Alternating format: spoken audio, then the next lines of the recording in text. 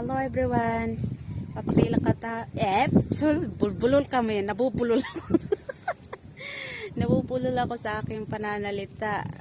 Ewan ko kung naninibago ba na mag-vlog kasi ngayon lang na naman ako. Ayan, nandito lang kami sa may chalet. Chalet ng Bahrain.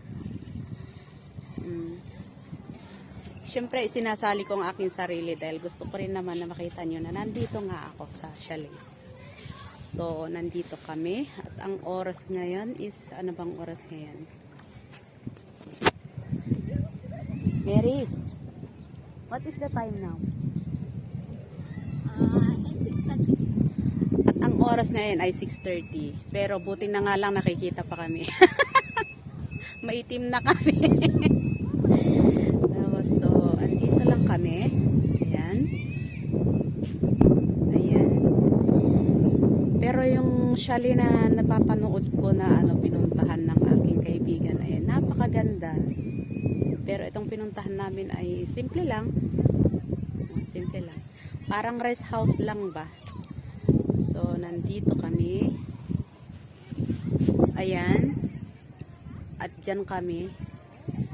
Hindi ko lang alam kung saan yung eksaktong bahay namin. Pero ang alam ko, basta kung saan ang tapat namin.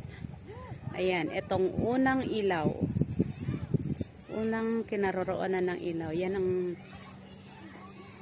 bahay namin. Ngayong gabi. So, dito kami matutulog ngayong gabi.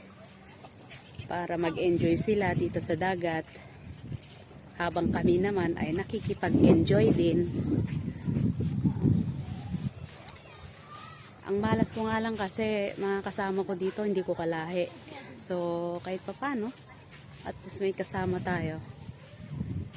Enjoy na lang natin ng ating sarili habang nangunguha tayo ng video natin. So, we are here in chalet in Bahrain. Bahrain. For the first time going outside. So here. Ayan.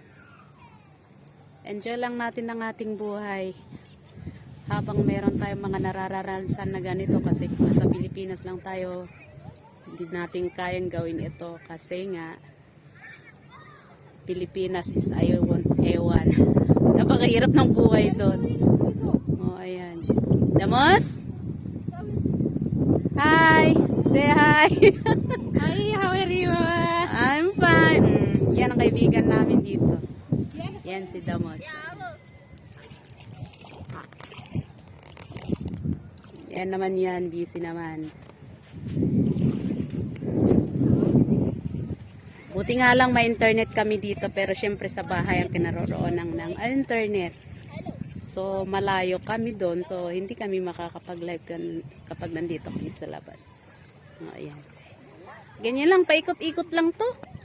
Parang ano ba, parang dam lang itong chalet nila dito. O, ayan.